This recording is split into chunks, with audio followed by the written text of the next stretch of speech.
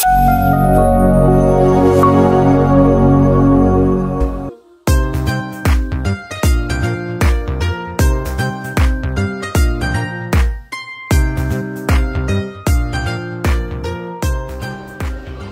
pagi Pak Wayan. Terima kasih untuk hari ini sudah meluangkan waktu. Sebelumnya bagaimana Bapak-Bapak? Sehat? Sehat. Astagfirullah sehat ya. Baik Bapak. Terima kasih ya. Jadi yang akan melakukan wawancara terkait dengan bagaimana Bapak itu memutuskan suatu permasalahan. Baik itu tentunya dalam permasalahan itu pasti ada dilema etika ya, keputusan itu ada dilema etika dan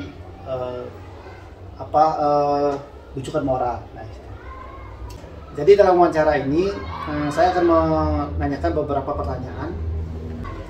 Baik Bapak, selama ini bagaimana Bapak dalam mengidentifikasi kasus-kasus yang merupakan dilema etika ataupun rujukan moral? Ya, terima kasih. Sesuai dengan apa yang tadi sudah diberikan oleh Bapak, masalah dilema etika, sehingga mengidentifikasi masalah itu ada dua yang jelas.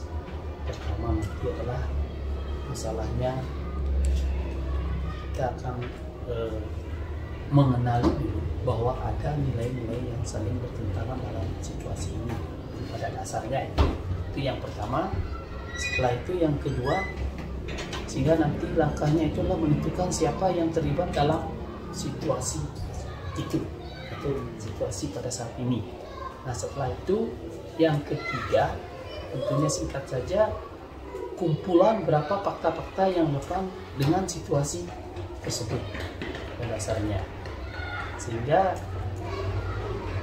yang keempat, kita akan dapat menguji benar atau salah itu pada dasarnya. Setelah itu lanjut yang kelima, antara pengujian paradigma benar lawan benar pada dasarnya. Oke. Sehingga nanti bisa dijelaskan lebih lanjut. Setelah itu melakukan prinsip resolusi pada dasarnya. Resolusi. Yeah. Unika itu dan investigasi opsi dilema pada dasarnya, sehingga berkaitan dengan apa yang sudah disampaikan nanti tentang dilema. Setelah itu baru kita akan membuat sebuah keputusan.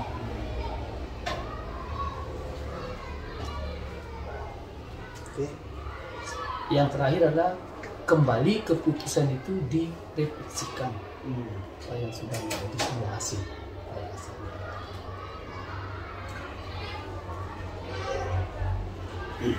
Teman-teman baik, dapat saya rangkum ya. Berarti Bapak dalam mengidentifikasi kasus-kasus yang merupakan seperti dilema etika atau rujukan moral itu dengan cara pertama dengan mengenali nilai-nilai apa yang tertuang dalam permasalahan itu kan itu. Kemudian siapa yang terlibat dalam situasi tersebut, kemudian mengumpulkan fakta-faktanya bagaimana, kemudian setelah mengumpulkan fakta-fakta itu menguji kebenarannya, kebenaran salahnya, kemudian setelah itu menerapkan resolusi dan setelah itu membuat keputusan. Nah, setelah membuat keputusan baru kita Bapak merefleksikan kembali keputusan tersebut. Nah, seperti itu ya. Itu bisa diterapkan kembali atau memang sesuai dengan keadaan zaman saat ini. Kemudian selama ini bagaimana Bapak menjalankan pengambilan keputusan di sekolah Anda? Terutama untuk kasus-kasus di mana ada dua kepentingan yang sama-sama benar atau sama-sama mengandung nilai kebajikan, seperti itu Pak. Kira-kira Pak? Yang pertama jelas sesuai dengan mengacu tadi ke 9 langkah itu, pada dasarnya kami di sekolah ini karena didukung oleh beberapa dewan guru, kami didukung sehingga tumbuh intern pada dasarnya.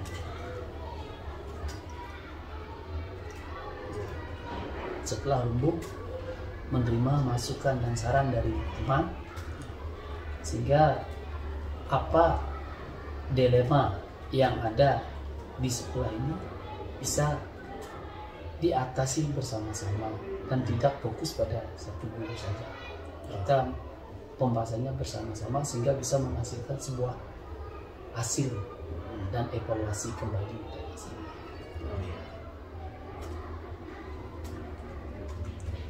Oh iya Bapak, berarti Bapak kalau dalam mengambil keputusan di sekolah itu dalam menghadapi kasus kepentingan sama benar ataupun sama mengandung nilai di kebajikan, berarti Bapak akan mengadakan rapat dulu ya sama teman-teman dulu di sini. Berarti jadi nanti dalam rapat itu Bapak menerima masukan, begitu ya, dan kemudian baru Bapak bisa memutuskan sebuah hasil itu ya. Nah, tidak ada istilah kesenjangan dan tumpang pilih karena kita di sekolah ini yang namanya kebersamaan, kebersamaan, kekeluargaan, sehingga apapun yang terjadi prosesnya itu kita kerjakan bersama-sama.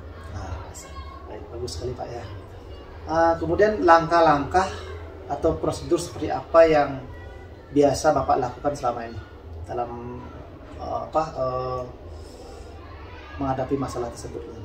Yang jelas kalau masalahnya itu terfokus pada anak, pada dasarnya tadi sudah langkah yang pertama sudah dilaksanakan, mengenali dulu permasalahan yang ada, sehingga sebelum itu bertanya kembali sehingga kok sampai bisa melakukan hal ini, artinya mencari mengidentifikasi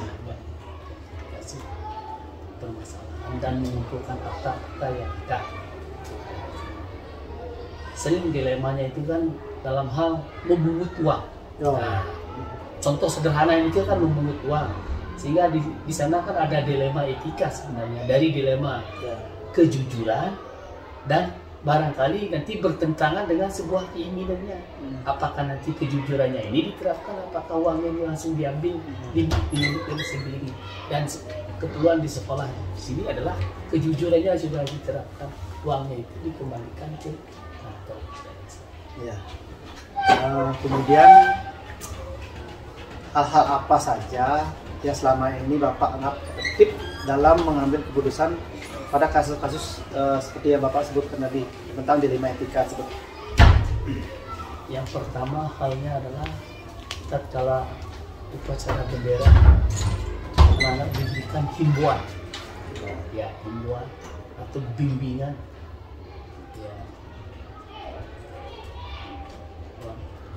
bimbingan sehingga tentang penerapan moral dan etika, berbuat kejujuran pada dasarnya. Maka yang pertama. Ada lagi? Keterbukaan juga antara satu teman dan teman yang lain.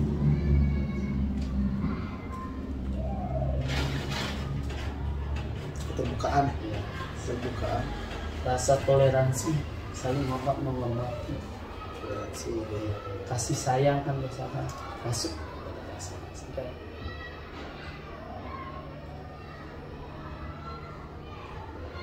Oke, berarti itu adalah hal-hal yang anggap efektif dalam mengambil keputusan ya pada kasus-kasus dilema etika. Berarti dengan cara memberikan himbauan, kemudian memberikan bimbingan pada anak seperti itu, sehingga anak itu sadar ya, berarti dan mengerti tentang apa yang disebut dengan keterbukaan ya, keterbukaan, toleransinya, menghormati. Baik.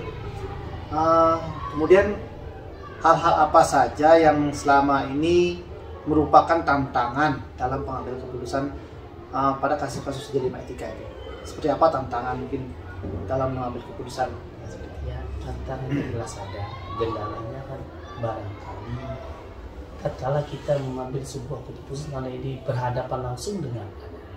Ada beberapa anak yang belum mengerti tentang hal tersebut, jadi belum paham tentang etikanya, apakah itu berbuat benar, apakah itu merupakan bertentangan dengan moral pada dasarnya.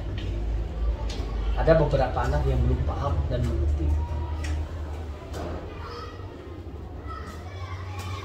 Berarti dapat saya simpulkan bahwa tantangannya adalah anak-anak itu belum memahami secara detail Ya. bagaimana melakukan perbuatan yang baik, benar ataupun salah kan gitu ya. ada dasarnya. Mana yang nantinya akan itu merupakan suatu bumerang ya, Iya, bumerang itu anak-anak jadi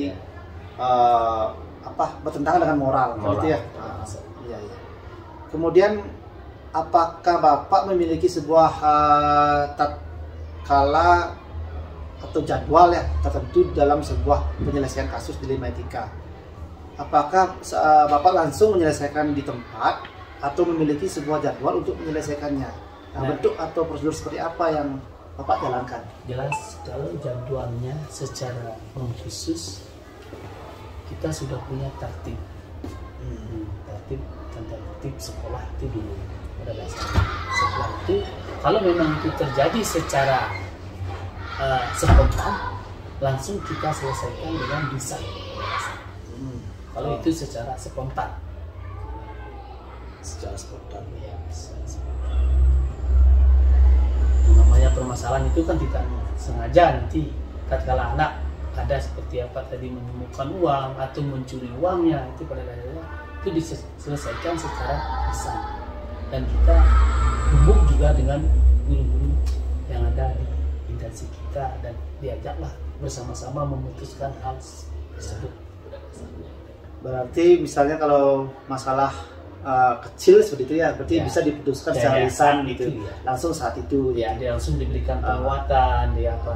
Ya, kalau misalnya masalahnya anggaplah masalah beda lagi kalau masalahnya terlalu lebar, ya, baru panjang kita, gitu ya, perlu waktu, perlu waktu ya. Nah, jadi perlu banyak ya, ya.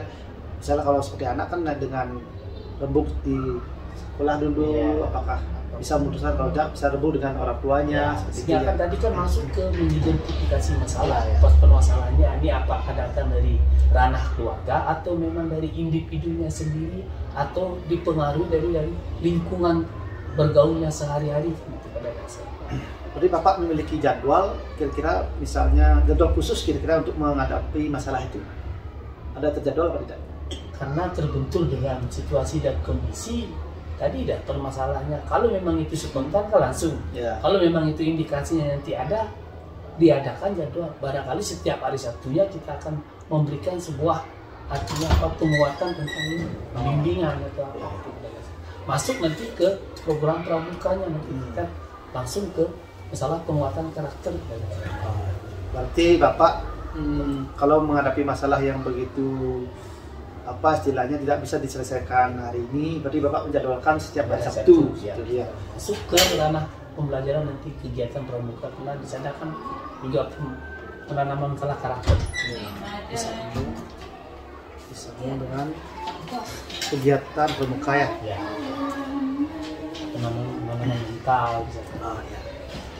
Kemudian adakah seseorang atau faktor-faktor apa yang selama ini mempermudah atau membantu Bapak dalam mengambil keputusan dalam kasus-kasus dilema etika? Jelas faktornya banyak. Yang pertama mempermudah itu karena dari kekompakan dan kerjasama teman-teman kami. Karena ada kerjasama dan saling mengingatkan. Dan kerjasama, sehingga baik yang terjadi di dalam kelas maupun di luar kelas pada saat istirahatkan pada dasarnya. Berarti yang mempermudah itu adalah bekerja sama dengan rekan guru, seperti itu ya. Apa yang Bapak sampaikan tadi, kita dalam menghadapi suatu permasalahan itu kita dengan makan, berbincang dulu ya, menghadapi permasalahan bersama, mencari saran solusi seperti itu ya. Juga Pak mencari saran dengan mempertimbangkan masukan dari teman-teman. Dari semua hal yang telah Bapak sampaikan tadi ya, dari awal sampai saat ini, pelajaran apa yang Bapak dapat petik dari pengalaman Bapak mengambil keputusan dilema etika? Yang jelas pembelajarannya adalah masuk ke profil Pancasila. Karena di sana kan menanamkan jelas pertama adalah sikap kejujuran, setelah itu ada toleransi dan tanggung jawab pada dasarnya. Berarti Bapak dapat saya simpulkan bahwa pembelajaran yang dapat Bapak petik dari pengalaman Bapak mengambil keputusan dilema etika itu, Bapak memperhatikan arti keberpihakan para murid itu seperti itu ya, dengan melandaskan profil pelajar Pancasila. Kemudian Bapak juga menerapkan nilai-nilai kebajikan ya, seperti kejujuran, toleransi, tanggung jawab, dan kerjasama seperti itu. Baik Bapak, terima kasih Bapak ya atas percakapan hari ini dan sudah meluangkan waktu. Jadi kita sudah selesai dalam melaksanakan percakapan, dan saya ucapkan terima kasih sekali ya atas waktunya. Oke, terima kasih Pak. Ya, siap. Om Swastiastu. Selamat pagi Bapak. Saya ucapkan terima kasih sebelumnya kepada Bapak karena sudah meluangkan waktu untuk saya wawancarai terkait dengan tugas yang saya lakukan untuk pengumpulan tugas di Guru Penggerak seperti itu. Jadi pada hari ini saya akan mewawancarai Bapak terkait dengan pengambilan keputusan berbasis nilai-nilai kebajikan Bapak sebagai kepala sekolah. Nah, jadi dalam wawancara ini terkait dengan permasalahan yang terjadi di lingkungan Bapak di sekolah, dan kemudian bagaimana Bapak menyikapi atau mengambil keputusan dari permasalahan itu. Nah, tentunya permasalahan itu ada istilahnya dilema etika dan bujukan moral seperti itu. Jadi kita bisa mulai wawancaranya. Ya, bisa. Baik Bapak, yang pertama di sekolah Bapak, Bapak sebagai pemimpin, selama ini bagaimana Bapak dapat mengidentifikasi kasus-kasus yang merupakan dilema etika atau bujukan moral? Terima kasih Bapak Ketua selaku calon guru penggerak yang berasal dari SD 31. Nah, terkait dengan kasus-kasus yang kami alami selama kami menjadi kepala sekolah, sudah barang tentu itu pasti ada di setiap sekolah. Nah, yang pertama kasus yang kami alami itu ada siswa yang boleh kita katakan dari segi kerajinan masuknya itu sedikit malas. Nah, itu merupakan kasus yang kami alami di sekolah kami. Namun kasus-kasus itu sudah kami tangani. Yang pertama, kita mengambil atau mengidentifikasi permasalahan yang mereka hadapi, atau mungkin permasalahan-permasalahan itu berasal dari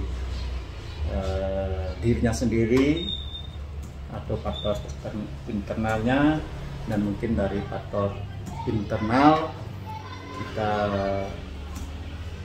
identifikasi apakah mereka itu berasal dari keluarga yang kurang mampu, atau mungkin mereka itu berasal dari memang karakter mereka yang kemauan masuknya kurang, atau mungkin juga dari keluarga, dari lingkungan sosialnya. Nah, setelah kami identifikasi seperti itu, lalu kami temukan bahwa mereka itu memang kurang dukungan dari orang tuanya. Kalau masalah bujukan secara moral, kami dari pihak sekolah bekerjasama dengan guru kelasnya, baik itu dari guru olahraga, guru agama, juga sudah memberikan bimbingan, memberikan bujukan terhadap mereka agar mereka mau masuk. Saya rangkum ya, terkait dengan Bapak mengidentifikasi kasus-kasus yang merupakan dilema etika. Itu dapat tadi menjelaskan tentang permasalahan, salah satunya permasalahan tentang siswa ya. Jadi Bapak mengidentifikasi yang pertama dari diri sendirinya atau internalnya, kemudian dari keluarganya, apakah masalah dengan ekonominya seperti itu ya, kemudian karakter orangnya, terus lingkungan sosial, dan juga tentunya dukungan dari orang tua gitu ya.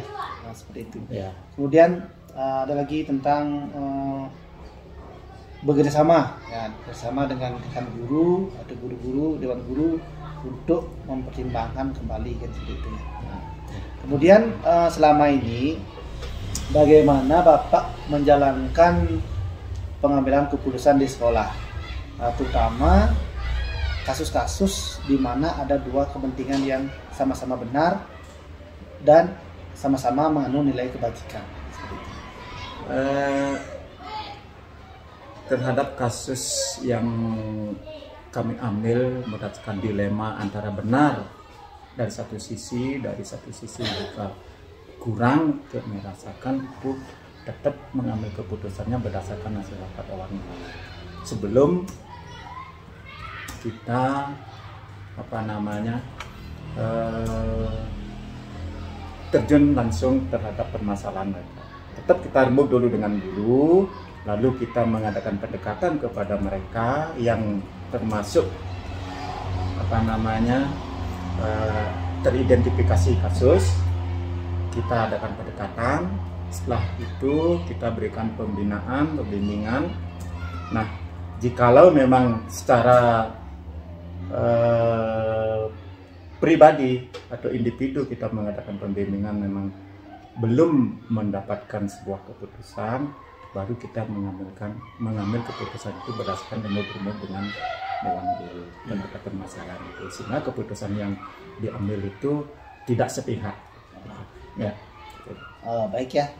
Jadi dalam menjalankan pengambilan keputusan Bapak di sekolah, terutama kasus-kasus terkait dengan mengandung nilai kebenaran ataupun nilai kebajikan, itu Bapak pertama melakukan rapat dewan guru dulu, pendekatan, kemudian lakukan pembinaan seperti itu kepada yang bermasalah atau yang mengalami kasus, kemudian baru diputuskan. Gitu ya. Keputusannya pun itu keputusan bersama dewan guru berdasarkan hasil rapat dewan guru. Kemudian langkah-langkah atau prosedur seperti apa yang biasa Bapak lakukan selama ini dalam mengalami atau menghadapi masalah seperti itu? Nah, sudah barang tentu langkah yang kami lakukan itu pertama tetap kita mengidentifikasi kasus permasalahan. Nah, setelah kita ketahui apa permasalahannya, bagaimana sumbernya, barulah kita memberikan sebuah pendekatan, pembimbingan, sehingga nantinya kita memberikan sesuatu harapan kepada mereka agar mereka itu ada perubahan, paling tidak dari kategori malas menjadi rajin, atau mungkin dari segi guru mungkin ada yang katakanlah guru itu kurang mampu misalnya untuk membuat perangkat pembelajaran ataukah alat pembelajaran atau media, kita adakan pendekatan sehingga dalam kegiatan keseharian mereka itu di kelas ada peningkatan. Setelah kita mengadakan pendekatan dan pembinaan.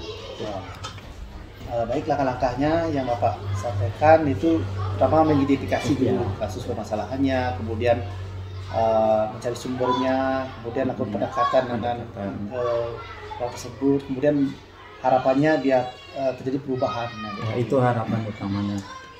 Baik, terus kemudian hal-hal apa saja yang selama ini Bapak anggap efektif dalam pengambilan keputusan pada kasus-kasus dilema etika? Yang paling efektif kita mengambil keputusan itu adalah tetap kita bekerja sama dengan guru-guru, baik itu dari guru kelas, guru mapel utamanya, sehingga keputusan yang kita lakukan, yang kami lakukan di sekolah itu boleh katakan lebih efektif. Kenapa demikian? Karena keputusan itu adalah sudah merupakan kesepakatan bersama kita untuk mencari sebuah keputusan dan kedepannya, sehingga tidak ada saling menyalahkan. Itu. Ya, terima kasih. Kemudian jadi Bapak menyampaikan selama ini yang menurut Bapak anggap efektif ya, itu dengan cara bekerja sama dengan dewan guru seperti itu, seperti guru kelas dan guru mapel. Nah, di sana mencari saran atau masukan, mencari nah, masalah, kemudian masukan atau solusi yang dapat kita ambil sebagai sebuah keputusan, yang mana keputusan itu nantinya bersifat positif. Ya, baik. Jadi hasilnya dapat membuat keputusan bersama. Ya, itu. Kemudian hal-hal apa saja yang selama ini merupakan tantangan, nah, dalam pengambilan keputusan pada kasus-kasus dilema etika? Ya, kalau memang kita bicarakan tantangan itu sangat-sangat berat tantangannya, karena satu sisi itu sangat berdilema sekali. Kalau kita ngambil keputusan secara individu, kita harus berpikir apakah tidak berpengaruh terhadap moral mereka, terhadap psikologis mereka, atau mungkin kita tidak mengambil keputusan mereka itu nantinya baik itu siswa atau guru, dia akan tetap seperti itu. Nah, sehingga dalam hal ini memang sangat berdilema di dalam pemikiran kita sebagai seorang kepala sekolah, antara iya dan tidak. Nah, untuk mengambil hal seperti itu, otomatis kita laksanakan sebuah yang memang menjadi tanggung jawab kita sebagai kepala sekolah. Kita tetap mengambil keputusan itu, tetapi dengan catatan kita masih mencari mengadakan rembuk dengan teman guru. Nah, itu intinya dalam mengambil sebuah keputusan yang boleh dikatakan dilema bagi seorang pimpinan, tetapi tidak bisa kita mengambil keputusan itu sendiri. Kita kembali kepada teman sejawat kita, teman guru-guru kita untuk memberi mengambil sebuah keputusan, sehingga dilema dalam pikiran kita itu bisa plong. Tidak kita menyalahkan seseorang, seseorang itu juga tidak menyalahkan diri kita sebagai atasannya, sebagai pimpinan.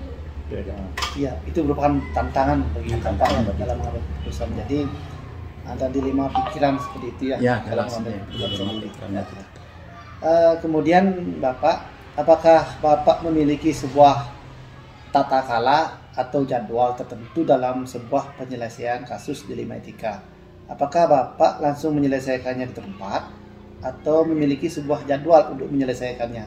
Kemudian bentuknya atau prosedurnya seperti apa yang Bapak jalankan? Kalau memang kita mengambil keputusan yang boleh katakan seperti tadi dilema antara benar dan salah, itu masih kita mencari waktu yang tepat agar jangan sampai nanti kita memberikan keputusan itu dalam hal posisi kita itu sama-sama ego. Ya, sama-sama ego dalam artian sama-sama mencari kebenaran diri sendiri, sehingga itu akan menyebabkan sesuatu keputusan yang tidak baik. Nah, karena demikian, dalam hal ini tetap kami mengambil keputusannya itu berdasarkan, ya kalau memang kita katakan secara terjadwal, itu semestinya kan ada jadwalnya kelihatan. Tetapi di sini tidak. Cuma kita hanya mencari waktu kapan kita bisa melaksanakan. Artinya jadwalnya itu tidak baku harus minggu ini, tidak baku. Artinya ketika ada permasalahan, karena permasalahan itu kan tidak menentu, sehingga permasalahan itu kita pelajari dulu, setelah itu baru kita bisa mengadakan atau mengambil keputusan. Berarti Bapak dalam mengambil sebuah keputusan ataupun jadwal seperti mencari waktu dulu ya. Mencari waktu di samping kita harus mempelajari permasalahan. Berarti tidak terjadwal secara baku. Kalau memang itu sifatnya urgent, kita segera mungkin kita adakan rapat dengan dulu. Misalnya Bapak, apakah berarti Bapak tidak menyelesaikan langsung permasalahan kasus itu di tempat ya, atau jadwal itu sendiri? Tidak. Kita kalau memang itu permasalahan sangat urgent, kemungkinan pada saat itu juga kita bisa lakukan. Tetapi kita tetap kerjasama kita dengan dewan guru itu pasti. Berarti tatkala memerlukan situasinya urgent, nanti kita Bapak berarti menyampaikan atau memutuskan hal itu juga, namun dengan pertimbangan Dewan Guru. Ya, dengan pertimbangan Dewan. Baik. Kemudian Bapak, adakah seseorang atau faktor-faktor apa yang selama ini mempermudah Bapak dalam membantu pengambilan keputusan kasus Delimatika ini? Ini banyak hal yang dapat membantu kami, terutama dari guru-guru juga, dari teman-teman sejawat kita, dari teman-teman guru kepala sekolah yang ada di lingkungan kita yang berdekatan juga. Tetap kami minta pertimbangannya untuk memberikan solusi jika kami mengalami suatu permasalahan, baik itu permasalahan secara pribadi, intern, pada siswa, pada ibu guru, pada tenaga pendidikan, itu tetap ini minta bantuan, minta masukan, sehingga keegoan kami itu tidak mengambil keputusan secara pribadi. Jadi Bapak dalam menyelesaikan permasalahan pengambilan keputusan itu, berarti Bapak juga mempertimbangkan seseorang ya, seperti dewan guru, guru-guru, kemudian juga berkolaborasi dengan kepala sekolah seperti itu, dan juga dari unsur komite juga dilibatkan kalau memang masalah itu berkaitan dengan orang tua. Baik Bapak, terima kasih. Jadi semua permasalahan yang Bapak alami di sekolah ini sudah ada solusinya, seperti itu ya, solusinya kemudian sudah berjalan dengan lancar dan tidak berkelanjutan atau jangka panjangnya, gitu ya. Solusi-solusi yang kami lakukan seperti pendekatan, sudah itu pembimbingan, sudah itu mereka. Mudah-mudahan hal-hal seperti ini tidak ada lagi dengan adanya pendekatan-pendekatan ini. Nah, walaupun ada, itu tidak terlalu tidak terlalu kelihatan lagi. Artinya tipis kemungkinannya itu akan boleh dikatakan walaupun ada tidak kelihatan, tidak sangat kelihatan. Oke, terima kasih Bapak ya. Terima kasih. Dari semua hal yang telah disampaikan tadi, Bapak juga menyampaikan tentang identifikasinya, langkah-langkahnya, kemudian sampai Bapak dapat menyelesaikan keputusan itu. Jadi pembelajaran apa yang Bapak dapat petik dari pengalaman Bapak mengambil keputusan di Delimatika ini?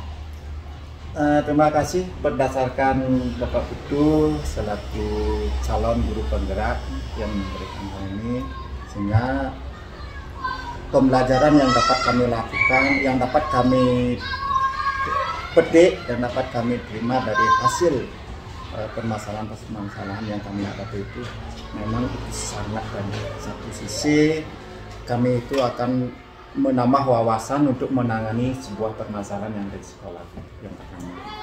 Yang kedua, kami selaku kepala sekolah itu dapat belajar terhadap tanggung jawab kita sebagai seorang kepala sekolah, tidak hanya di administrasi saja. Memang selaku kepala sekolah itu selaku kepala sekolah punya rasa tanggung jawab sesuai dengan kompetensi kepala sekolah itu, baik itu dari manajerial, dari kewirausahaan, dari supervisi. Nah, khususnya di supervisi itu yang dapat kami ambil, dapat kami petik ketika kami mengadakan pembimbingan terhadap, walaupun pembimbingannya itu tidak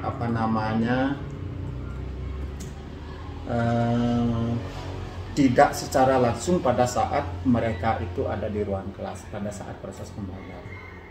Itu yang dapat kami lakukan, yang dapat kami petik hikmahnya, yang sudah kami lakukan dengan hal-hal seperti itu sangat bermanfaat bagi kita selaku kepala sekolah untuk menambah wawasan ke depannya, sehingga guru-guru siswa-siswa kedepannya itu bisa lebih baik.